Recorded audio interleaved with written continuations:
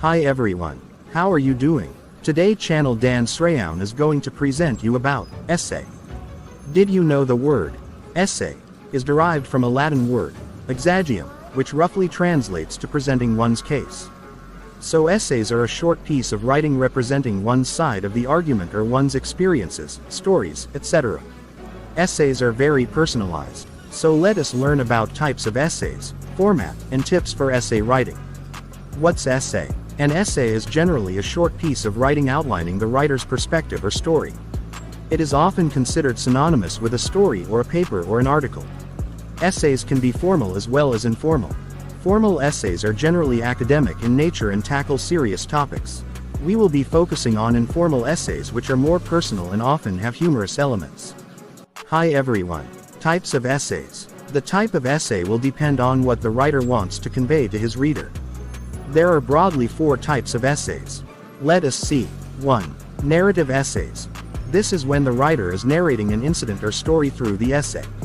So these are in the first person. The aim when writing narrative essays is to involve the reader in them as if they were right there when it was happening. So make them as vivid and real as possible. One way to make this possible is to follow the principle of show, don't tell. So you must involve the reader in the story. 2. Descriptive essays. Here the writer will describe a place, an object, an event, or maybe even a memory. But it is not just plainly describing things. The writer must paint a picture through his words. One clever way to do that is to evoke the senses of the reader. Do not only rely on sight but also involve the other senses of smell, touch, sound, etc. A descriptive essay when done well will make the reader feel the emotions the writer was feeling at the moment. 3. Expository essays. In such an essay a writer presents a balanced study of a topic. To write such an essay, the writer must have real and extensive knowledge about the subject. There is no scope for the writer's feelings or emotions in an expository essay. It is completely based on facts, statistics, examples, etc. There are subtypes here like contrast essays, cause and effect essays, etc. 4. Persuasive essays. Here the purpose of the essay is to get the reader to your side of the argument. A persuasive essay is not just a presentation of facts but an attempt to convince the reader of the writer's point of view. Both sides of the argument have to present it in these essays. But the ultimate aim is to persuade the readers that the writer's argument carries more weight. Hi everyone. Format of an essay. Now there is no rigid format of an essay. It is a creative process, so it should not be confined within boundaries. However, there is a basic structure that is generally followed while writing essays. So let us take a look at the general structure of an essay. 1. Introduction. This is the first paragraph of your essay. This is where the writer introduces his topic for the very first time. You can give a very brief synopsis of your essay in the introductory paragraph. Some paragraph writing skills can be a help here. Generally, it is not very long, about 4 to 6 lines. There is plenty of scopes to get creative in the introduction of essays. This will ensure that you hook the reader, i.e. draw and keep his attention. So to do so you can start with a quote or a proverb. Sometimes you can even start with a definition. Another interesting strategy to engage with your reader is to start with a question. 2.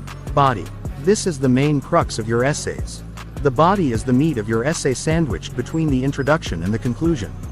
So the most vital and important content of the essay will be here. This need not be confined to one paragraph. It can extend to 2 or more paragraphs according to the content. Usually, we have a lot of information to provide in the body. And the mistakes writers generally make is to go about it in a haphazard manner which leaves the reader confused. So it is important to organize your thoughts and content. Write the information in a systematic flow so that the reader can comprehend. So, for example, you were narrating an incident. The best manner to do this would be to go in a chronological order. 3. Conclusion. This is the last paragraph of the essay. Sometimes a conclusion will just mirror the introductory paragraph but make sure the words and syntax are different. A conclusion is also a great place to sum up a story or an argument. You can round up your essay by providing some moral or wrapping up a story. Make sure you complete your essays with the conclusion, leave no hanging threads. Hi everyone. Tips for essay writing. 1. Give your essays an interesting and appropriate title. It will help draw the attention of the reader and pique their curiosity. 2. Keep it between 300 to 500 words. This is the ideal length. You can take creative license to increase or decrease it. 3. Keep your language simple and crisp. Unnecessary complicated and difficult words break the flow of the sentence. 4. Do not make grammar mistakes. Use correct punctuation and spellings. If this is not done, it will distract the reader from the content. 5. Before beginning the essay, organize your thought and plot a rough draft. This way you can ensure the story will flow and not be an unorganized mess. Hi everyone, what are the 5 steps to writing an essay? Whether you're writing a 500-word paper or a 30-page paper, writing an essay can be challenging. Figuring out how to get your point across, the proper diction, paragraph organization, and more before a deadline can feel like a daunting task. Even if you're a great writer, the writing process isn't always going to be easy. Fortunately, I have a 5-step writing process that makes essay writing a bit easier, and that helps you write better papers. Step 1. Determine your purpose for writing the paper. This first step is probably the most important step you can take when writing a paper. Defining the subject of the paper will help guide you in what to write. It is much easier to research something and write about it when you know exactly what it is you're trying to write. Look over the assignment carefully to gain a better understanding of what your professor wants from the paper. Ask yourself the following question: what do you want the reader to know after reading this paper? Remember, when you write with a purpose in mind, your paper will have purpose. Make sure you know the goal you're trying to accomplish well and how you can convey the message to your reader. Step 2. Write down everything and anything about your topic. Before you can start to write or even outline, you have to have ideas. Ideas are the starting point of any paper. Think about the overall point you want to get across to your reader that you defined in step 1. For example, let's say you're writing a paper on why business X is successful. Do research on the business and on what defines success for that business and dump thoughts, links, quotes, statistics, and anything you can find on the subject into a document. This doesn't need to have any structure or clear reasoning behind it just yet. This is simply a chance for you to brainstorm and collect information. This will also help give you a better understanding of the topic of your paper and will be extremely useful when the time comes to start writing. Step 3. Organize your thoughts. Step 3 is when you sift through the research from step 2 and find the most valuable pieces of information that you'll want to include in your paper. This is the step where you can create an outline. Keep in mind that outlines don't have to be extremely detailed and lengthy. Just think of the main points you want to write about, and underneath those points, include supporting information. While you may be eager to begin the writing process and want to skip doing an outline, I wouldn't recommend it. Outlines are a great way to organize your paper in a logical way. Start with your introduction, which should include your thesis, what you want the reader to know after reading your paper, then body paragraphs where you share information that supports your thesis, and a conclusion that ties the paper together and summarizes what you've written. It sounds simple enough, and you've most likely been writing papers with this structure for most of your life, but it can be easy to neglect the basics and let your paper go off the tracks. Create an outline to organize your paper and see how each element of the paper will work together to accomplish your vision. Step 4. Start writing, then take a step back. Step 4 is when the writing begins. It might sound a little late in the process to start writing the paper itself, but after you've done the first 3 steps, this part of the process will be made significantly easier.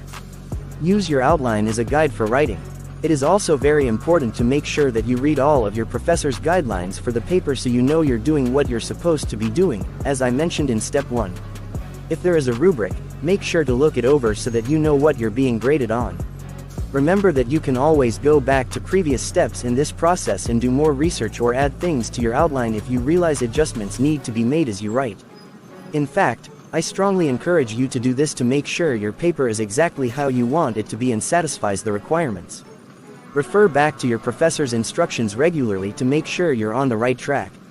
After you've written your paper, I recommend you step away from it for a while and do something else. This is so that when you come back to it, you can find mistakes that you may have overlooked before. It also gives you a mental break and prevents you from becoming overwhelmed. Step 5. Grade your own paper. This last step requires you to put yourself in your professor's shoes. Once your paper is finished, read it over as if you weren't the one who wrote it. When you're done reading, write down what you believe the purpose of the paper was.